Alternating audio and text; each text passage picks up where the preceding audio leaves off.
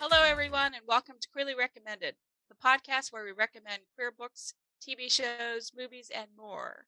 I'm Kris Bryant, a contemporary romance writer with almost 20 books and novellas about women-loving women, and I'm expanding that later this spring with my next book, Forever. Yeah, you are.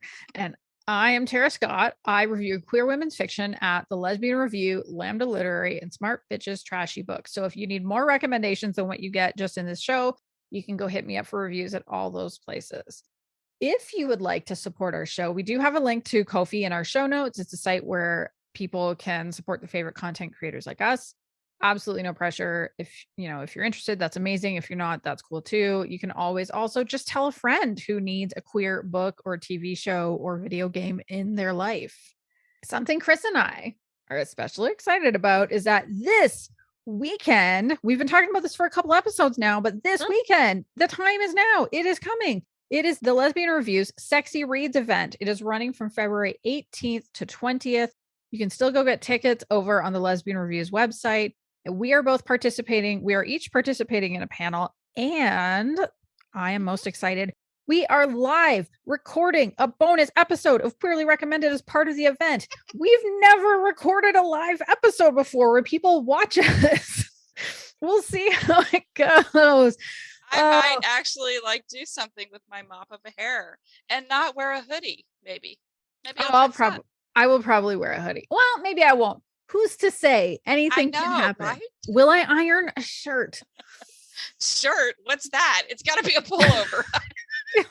I'm at the pullover stage of this pandemic. You're doing great. And so if you want to be a part of that, and we're actually going to do it so that there's a chance for people to live ask us questions while we're recording that. Definitely, please make sure to sign up for that. We can't wait to see some of you all there. The link is in the show notes to where you can learn more about the event overall and where you can get your ticket. Will we actually be able to see our attendees? Do you know if it's going to be like a massive Zoom? Massive. Yeah, I'm pretty sure it is. I think it's just, I believe it's going to be a Zoom room. And so we'll be asking people to submit their questions via the chat, and then we'll have time at the end of the session where we'll be able to answer them all. But yeah, if you folks show up and if you turn on your camera, we'll be able to see all your cute little smiling faces, which would be pretty great. And your pets, bring your pets, because bring your pets. Bring your pets. I mean, I won't, but you all should. Yes, we want to see other people's pets. Yeah, I'm not bringing a geriatric dog. I know, my crippled dog. I hold her up high. She's just not. She's not going to be happy with me. No. So, Kris, yes, what have you been reading or watching lately? Okay, so I was on a Survivor Australia kick. I watched Contenders versus Champions. I finished that up, and then I rolled right into All Stars. Mm-hmm. So it's like season 4 and season 5 because they were only available. Like they just dropped seasons 1, 2, and 3 on Paramount Plus. But I mean, I already know who won those. So do I want to watch them now? So and I guess they have a new season that dropped, or it's going on right now. Mm-hmm. So I think I could probably Google it or maybe look at Netflix. I'm not quite sure where I could find it. I'll have to look, but I'll probably try to get that started. I'm not even going to talk about NFL. Oh, come on. So are you skipping the Super Bowl? Is the Super Bowl dead to you this year? Super Bowl is dead to me. It's already long gone since this podcast. So I'm not even going to watch it. I didn't watch it. How about that? It is actually the day we are recording this. It is tonight. Oh, is it happening today? Oh, yeah. You're boycotting it, spending that time with me. I'm not really boycotting it. Just didn't give a shit about the teams that won. Yeah. I just, and I used to watch the Super Bowl because of the commercials. Like that's what everybody says. But the commercials are always leaked early now. And so you can just go and Google 2022 Super Bowl commercials, and I can see them all in 18 minutes. And I don't even have to waste 4 hours of my night. Yeah, you can go watch all the crypto commercials on YouTube. Exactly. That's true. So I'm not doing that. I did start Reacher on Amazon Prime. And what's thankfully, that? Tom Cruise is not in this one. Hey, Reacher, I know. So it's basically he's a military police officer. He's retired, and he's just shows up in town and nobody knows why he's there. And he's just like this, he has like all these medals, this military background, heavy military background. So he's there to help figure out a slew of dead bodies and what's happening. So it's like a thriller slash, I don't even know what to call it. It's based on books by Lee Child. And here's the weird thing. So I recently read a book where Lee Child is referenced. And then I turned around and all of a sudden I'm watching it. I'm like, oh my gosh, I just read about this. No way. It was really cool. So speaking of which, get this. I hit my target, my second deadline for the book that I was working on. So I actually had time to read. No. Yes. Hasn't it been months since you've been able to read?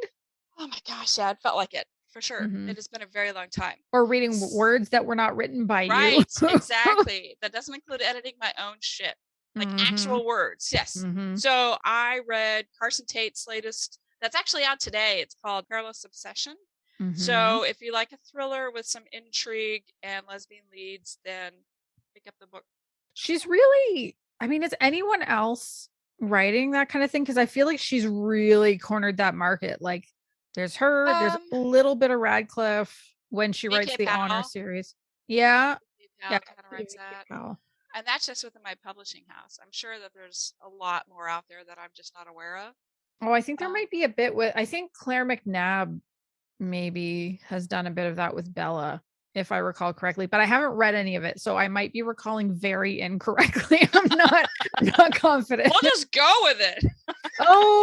And Cheryl Head writes lesbian mysteries for Bywater Books, and Ann Aptaker.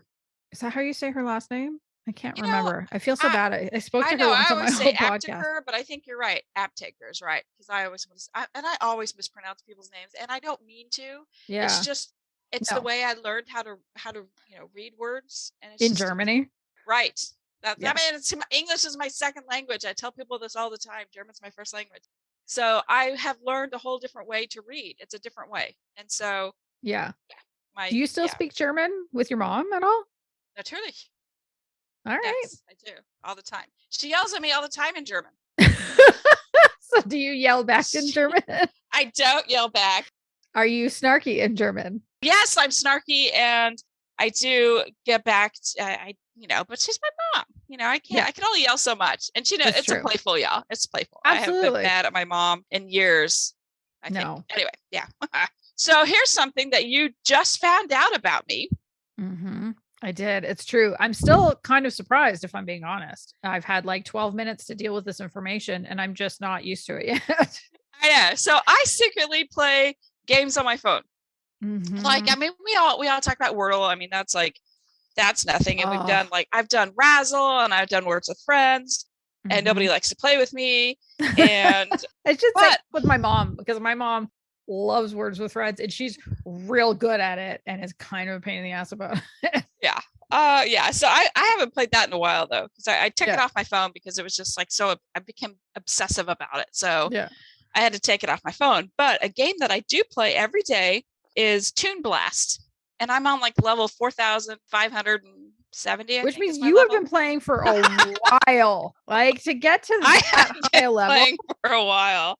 Yes, I'm looking this up. I've never even heard of this. The reason why I got so pissed, because on the weekends, I'm on level 4609. The weekends are tournaments, and your team goes into tournament mode, and you play, and you get as many stars as you can as a group. There's 50 of you. And I stuck with this one team forever, literally forever. And they just sucked it so bad, I finally had to, fail. So, like, I have been on probably maybe 6 teams since I started playing this. People will kick you off if you do not meet a certain star requirements over the weekend. They will kick you off of your team. They'll just, they are some like crazy, like not crazy, but just like really like vigilant people that play this all the time. They play it from, the minute the tournament starts on Friday up until the time it ends. And if you don't have a certain amount of stars that you've contributed to the team, you're off. So I have been kicked off because, I do write. I have other things you have a life. So I joined this other team, but since I joined it on the weekend, that I don't get, my stars don't count until the next weekend, because then I want you like hopping because you get extra like coins that you can buy extra things with. And so anyway, so secretly I'm a gamer, but it's like such a nerd game that's not really interactive other than the weekend that I was afraid to tell everybody. But I will not be game shamed anymore. I am a Toon Blaster. I feel like you have been shaming yourself. I don't know why you are yelling about this. I know. I am supportive of your phone game. I mean, I get super sucked into the occasional phone game. I haven't stuck with any one for as long as you must have stuck with this one, but I would, like Merge Dragons is one that I got into for a while. My kids last weekend got me into this one called Cookie Run Kingdom. And now, like, I'm more obsessed with it than they are. And I might just have to take it off my phone because it's... Yes, that's what I had to do with Words with Friends. I had to take it off my phone. It's a discipline thing because it's like, I have no discipline. It's like, oh, I've got more games to play. Oh, blah, blah, blah. So, yeah. Over the weekend, I had an edible and was like pretty baked and was switching back and forth between like that on my phone and then a game that I had up on my Nintendo Switch. And Neil was like, "Oh, you're such a degenerate." It was but I have games. I have games to play. You do. I get it. I'm with you. So that's what I've been watching and reading this time. What about you, Tara? What are you reading? Reading, writing, watching, gaming, playing, all the right. things. Yes. So, I mean, of course, I continue on my ride or die relationship with Drag Race, although my favorite queen has had to leave Drag Race season 14. Why? She injured herself. She got an injury, and so she had to leave. And this happened with Drag Race UK, and I'm hoping that it's not going to end up being a weird, boring season like the last season of Drag Race UK used to be. There's still some really strong queens there, so I think it still has the potential to be a good season, but I'm just kind of reserving judgment now. I've gone from like actively excited about this season to, I don't know, we'll see how it goes. But they've also, since the last episode, they've also started... It's kind of like an international version of All Stars, and it's called Drag Race UK versus the World. Cool. And so they've brought back 3 former UK queens. I think it might just be 2 of the Americans. One of them is Jujubee. She's been on All Stars twice. She was on her season once. And like now there's just all these memes and jokes about how she'll show up for anything Drag Race. Like let's keep bringing her back. So funny. Like just RuPaul crashing. What was it? Have you ever seen the meme where it's like somebody opens the door and it's just like halfway up the door, there was snow and then a cat bounds through the snow? And so it was a meme of that where it was supposed to be like RuPaul announcing another series and Jujubee showing up to be a part of it. A couple of the Canadian queens from the first season of Canada's Drag Race, they had one from Holland and one from Thailand. But the cool thing about the one from Thailand is that she had never competed because she was the host. Like she was one of the judges. Oh, wow. I don't know for sure about host. I never watched the series, but like she'd only ever been a judge on Thailand's Drag Race. And so everybody's like, are you nervous? You've never had to compete before. She fucking crushed that first episode. Was so good, like so polished, so talented. So I'm super excited about that one. I am still watching Queer Eye. I am in season 3, which means they're in your city, Kansas City. So you get to see my town, my people, my town. I do. But and as I'm watching it, I'm like, oh, I wonder if Kris will take me to this place. Totally will. Come on over. It looks like a fun, like it just looks like a really cool, fun place. And it is very small, but there are a lot of things to do, for sure. I had a couple of my friends came in from out of town. They were in California and they came here to stay the weekend. And like after, just kind of drove them around, they're like, okay, so that's it. They're from San Francisco. I'm like, fuck off. Okay. This is my little town. That sounds kind of like Calgary, if I'm being honest. And at least you all have barbecue because we have barbecue. Don't. There was one place that did Kansas style barbecue. Actually, they offered a few different styles and it was really good. And sadly it closed. And I haven't forgiven the property owners for hiking the rent on that restaurant. I will 100%. You come here and I will take you to the real barbecue places. That's what I want. Yeah, I will give you the real places. Yeah. Yes. That is what I want. Yes. And it's good. I like this season. There's some like really great, lovely episodes. None of them have made me cry so far, but it's only been 3. So there is still time. I find with Queer Eye that either I don't cry at all and I'm like, oh, that's nice. Or you're bawling the whole time. Yeah, I am a wreck and I'm a shell of a human by the end of it because I've cried out everything that I have inside. For sure. It's cathartic. I'll have to go back and revisit the season because I watched it when it came out. That was, years ago. So I need to go back and watch it again. And I'll take notes and I'll say, yes, we'll go here. No, we won't go here. So I got you. Hooray. I started a new game on my Switch called Gnosia, Gnosia. And it's basically an infiltrator game or which like the most famous infiltrator game. Have you ever heard of Among Us? No. Really? Sounds like a scary movie, but no. It does sound like a scary movie. It's actually not a scary game at all. So it's a sort of similar premise, but a lot more complicated and definitely not like a multiplayer thing where you're playing with a bunch of random strangers. You're just playing the game. But the idea is that like you wake up from a cold sleep and you are on a spaceship and there's the rest of the crew there and 2 members or however many, once you get further into the game, you can determine how many are each role. But like 2 of the crew members have been infected by this like space virus that turns people into murderers.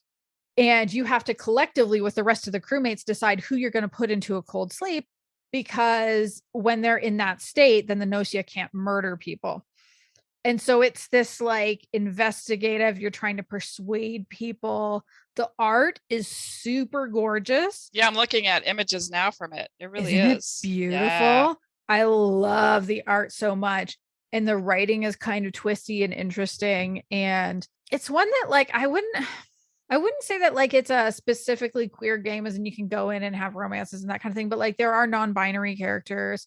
And to me, like the visual aesthetic just feels kind of queer and the design of some of the characters, but that's been kind of a fun one to get into. I can report back later how it pays off, but I'm really enjoying it for now.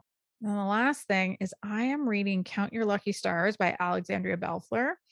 It is the 3rd in her series following Written in the Stars and Hang the Moon. And I have been so freaking excited about this book because Margot gets her own book. Yay, Margot. Right. She is a really prominent side character in Written in the Stars. It's about an actuary who gets together with an astrologer, and the astrologer has an astrology app with a business partner. Margot is the business partner, the other half of this astrology app. And it is a second chance, friends to lovers. She reconnects with her childhood best friend. They had been like super, super close all their lives. Her best friend had this like on again, off again thing with a boyfriend. And when she was off at one point, they had this like one really intense, highly sexual, romantic thing going on. And then this boyfriend shows back up in her life. And that was kind of it. And they drift apart. But now they're brought back together in the present, 10 years later. A divorce has happened. This friend, there's like water damage in her apartment or something like that, and she needs somewhere to live. And Margot just happens to have space. And so there's some forced proximity. Here, right next to my bed. There's more space. Exactly. So far, it's super cute. And I'm really enjoying it. So, I mean, if anybody has read either of the other 2 books in the series and enjoyed it, I definitely recommend picking it up. It's cute. It's fun. It's flirty. It's a fabulous hideaway from all the bullshit of the world. I'm finding it perfect for that. Yeah, right? We all need a little bit. We do. So, Kris. Yes. It's that time. It is. What is your official recommendation? So, as I mentioned earlier in the podcast, I have had time to read. But now I'm back into writing. But anyway, before I did that, I know I read Jay's Gay Agenda by Jason June. I know this book. I know, and you are gonna fucking love it. You of all people will love it. Like the whole time I'm reading it, going, "Oh my god, this is Tara's book." Okay, but first I have to read you a little biography about Jason June. Okay. Okay. Jason June. It's a 2-name first name like Mary Kate without the hyphen or the Olsen twin. This is like their biography. This is amazing. I'm already in love. It gets better. It gets better. Okay. Is a genderqueer writer mermaid. Yes. Still loving more. Who loves to create picture books that mix the flamboyantly wacky with the slightly dark and young adult contemporary rom-coms full of love and lust and hijinks. So they had me at genderqueer writer mermaid. Yeah. For sure. I was in. Yep. So I'll read you the blurb. Okay.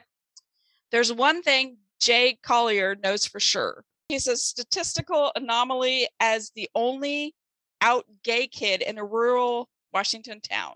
While all of his friends can't stop talking about their heterosexual hookups and relationships, Jay can only dream of his own firsts, compiling a romance to-do list of all the things he hopes to one day experience, his gay agenda. Then, against all odds, Jay's family moves to Seattle, and he starts his senior year at a new high school with a thriving LGBTQIA+ community. For the first time ever, Jay feels like he's found where he truly belongs. But as Jay begins crossing items off his list, he'll soon be torn between his heart and his hormones, his old friends and his new ones, because after all, life and love don't always go according to plan. This sounds adorable. It is so adorable. It really is. So Jay writes this gay agenda. Like, and it has things like find a boyfriend, kiss a boyfriend, be the little spoon in a relationship. And it's all about him. You know, my first kiss, the first time I see a penis in real life, the first time I have sex. You know, he's 17 and he turns 18 in the book. So the whole thing is about him.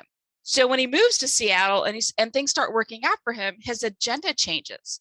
And so he crosses off things that he either wanted to change on his original agenda or things that he's already accomplished from his agenda. Because all of a sudden he's there surrounded by people who are just like him. Yeah. You know, he went from being the loner and you know, nowhere Washington to being in Seattle, you know, the mecca of queerness. And so it's kind of cool because his gay agenda pops up throughout the book. Like I said, it changes as he's changing and growing and learning. And it's so refreshing to see the change in him so quickly. It's so nice, you know, because most of the time, you know, we have the hide, stay in the closet, but no, this was like embrace your queerness. And like his best friend in Seattle is Max, and Max is in my head is Jonathan Van Ness. Speaking of queer eye, and that is who it is. I picture Jonathan the whole time, like the very first time that they introduced themselves to Jay, I was like, okay, yeah. And it's I think it's all queers can relate to this, you know, even being a lesbian, I could totally relate to the whole I want my first kiss with a girl, you know, I want to make out. It was so adorable, and it was a learning experience for him. And the way he meets his love interest, I guess, or maybe there's more than one, who knows? Because, you know, teenagers, we all remember what that was like. It was so cute. And like you said earlier, we just need something that's just like so escapism, you know. And this is kind of nice because it reminds you of like when you were young and going through this and going through the changes, and you could just tell what was going to happen. You knew what was going to happen because we've all been through it. So I recommend it just for I thought the writing was really good. The storytelling was great, but just as kind of like a remembrance of what it was like, you know, when we were queer. When we were queer, we still are. when we were young queers. Babies. When we were baby queers. Little queers. How did you find this book? You know, I was like, okay, I want to read something that's a little different because I read a lot of just lesbian romance. So I typed in popular queer books of 2021. Oh. And this showed up, and I was like, I read it and I was like, oh, this looks really cute. Yeah. And then I read the biography and I'm like, okay, what was it again? The genderqueer writer mermaid. I'm like, fuck yeah, I'm in. Yes. So yeah. So I recommend it. I recommended it. Yeah. So cute. Enough about me. What about you? What is your official recommendation? I am going with one that I mentioned a while back that I was reading because I finished it and I loved it. And it is The Demon Equilibrium by friend of the podcast, Kathy Pagel. And it's just, I don't know. I mean, how often do you get to read a book about lesbian demon hunters? First of all, let's just start there. Just lesbian demon hunters. Are you interested? I do know one. Yes, KB Draper. Right. She literally, writes this demon hunters. There's really not many. Okay, right, so now we're up to 2. There's 100% more. That's true. Thank you. Yes, 100%. I love that. Oh my God. Actually, I wonder if Lise McTagg wrote one. I think she might have. Okay, so perhaps it's not 100%, but like it has been a significant increase in the number. This is one where, so it's the two love interests. Grace Carter is what's called a magic source. And then Maggie is her catalyst. And what that means is that Grace has access to a buttload of magic, but Maggie is the one that really helps her harness it so that together they can use it as kind of like a weapon for taking down demons. Maggie is also the love of Grace's life. And at the very beginning of the story, we actually see Grace has been searching for her for 9 months. They've been forced to part. And when Grace finds Maggie, Maggie can't remember her. And she doesn't remember that the life they had together when they were brought together it's this like demon hunting organization, the Order of St. Teresa. And they were this like super strong, like they were paired together. And that was where they became basically like co-workers, but also lovers.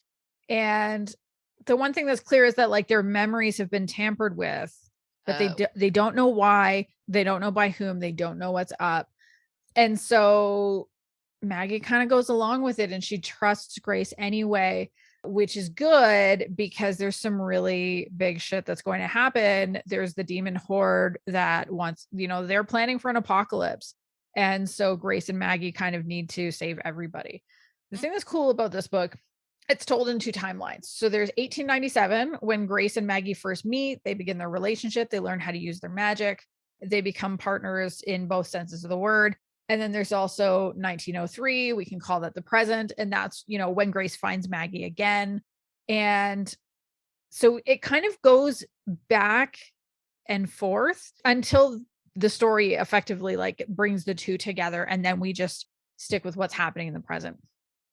The thing that I found is that this is very much a plot driven story. I find that in lesfic because, lesfic often equals lesbian romance to most people. And so we tend to expect, often just straight up romance novels or whatever, right. But those are often character driven. And there is character growth, but I would say it is much more plot driven than character driven. And so the thing that's kind of heartbreaking and lovely all at the same time is because Maggie doesn't remember Grace. She actually has to fall in love with her all over again. And so we see them kind of fall in love twice in a sense, although the second time Grace still loves Maggie and she's loved her all along. And for me, that was some of the most just like, it's so like, it's so romantic. Sweet. And it's so romantic and it's so heartbreaking, but like she loves Maggie so much and doesn't want to push her too far. And so it's that just like patiently waiting and demonstrating what an incredible person she is so that Maggie can't help but fall in love with her. It's just wonderful. Can I say that how cool would it be if you broke up with somebody and after 9 months you totally forgot about them? I'm just saying the world would be happier if like all of your exes, you forgot about them after 9 months. That would be nice, except in this case, they were forced apart and didn't break up. They didn't want to be separated. So that's the part that sucks. But yeah, I mean, if that could happen. Could you imagine how much money could be made off of that business? Yes, for sure. Like erase that person from her. And I know there's like a ton of sci-fi movies that do that where they come in and like Eternal Sunshine. Like there's Eternal Sunshine is one. Even what am I thinking of with Arnold, the Mars one? Total Recall. Oh, I never saw that. Oh, yeah. Yet again, Kris mentions a very famous movie that I have not seen. Yep. So, but yeah, that would be amazing. Mm-hmm. No, it's true. We would do it. But anyway, I interrupted you. Please. That's okay. No, I think that's a good point. I agree with it. Let's figure out how to monetize that. Okay, because then we could quit our day jobs and do this all the time. All the time. That's how you end up with weekly episodes, people.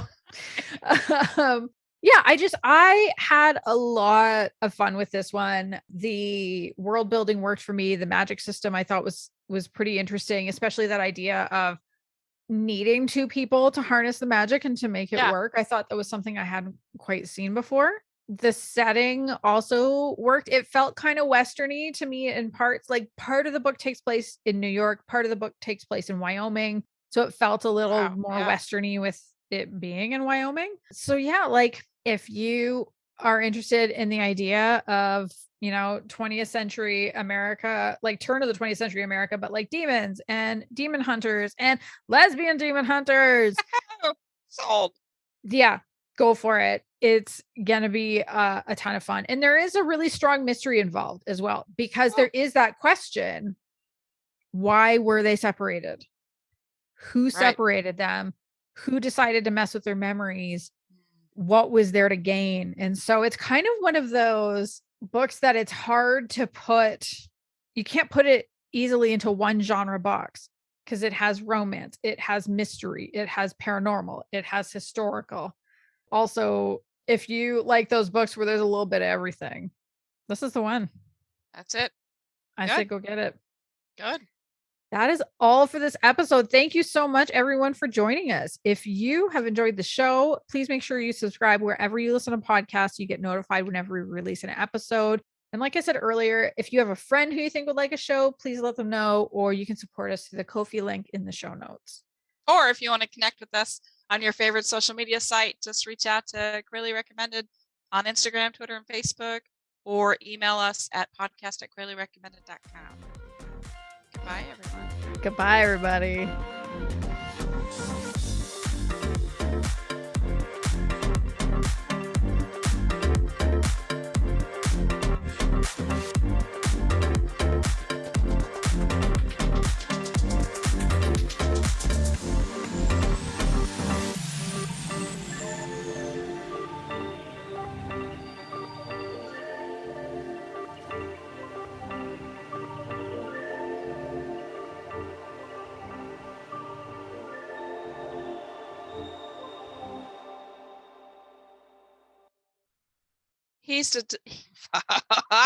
Okay, I'm starting this over. Okay. There's one thing that like I'm drunk and I'm not. Do you want me to read the blurb? No, I think I can do this. There's one thing Jay Collier knows for sure. He's a forget it. So, okay, anyway, blah, blah, blah. Oh, I can't hear you now. Did you hit a mute button? I did. You did hit a mute button. Was that so that I can't hear about how snarky you are? Did God decide to step in and say, don't shit? Apparently I've been censored. Oh yeah. I got so excited that I sat on my little controller on my headset, my gaming headset that I use. Yeah, that was oops. So